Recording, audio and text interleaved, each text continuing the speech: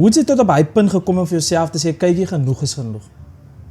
Hulle sê, en dat, ek was aan 2 reeps gewees, né? Ek was aan 2 reeps. Die eerste reep, het ek het my sak uit, toe week ek vir 'n kwai company. Huh? Dus ek het my sak uit betaal, 24.000 rand Sure. vir die habilitasie. Ek kom by die huis gekom, toe koop ek weer 'n sakkie. Jo, my bro. My tweede reep, toe het ek nie meer weekie, toe het ek niks nie. Toe kry ek 'n bed verniet vir Okay. die reep. En hy is 15 jaar terug en ek het nooit weer teruggekyk nie. Verstaan jy?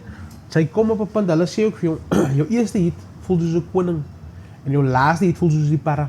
Jo, bro. Dit is presies die waarheid. Dis 'n ding wat jy elke dag moet fight. Mense kan my nog weer wat sê, dis 'n ding wat jy elke dag moet jy dit fight. Ja. As baie kere wat sy wakker skrik, dan is hy miskien gedroom van hoe lekker dit was hy tyd.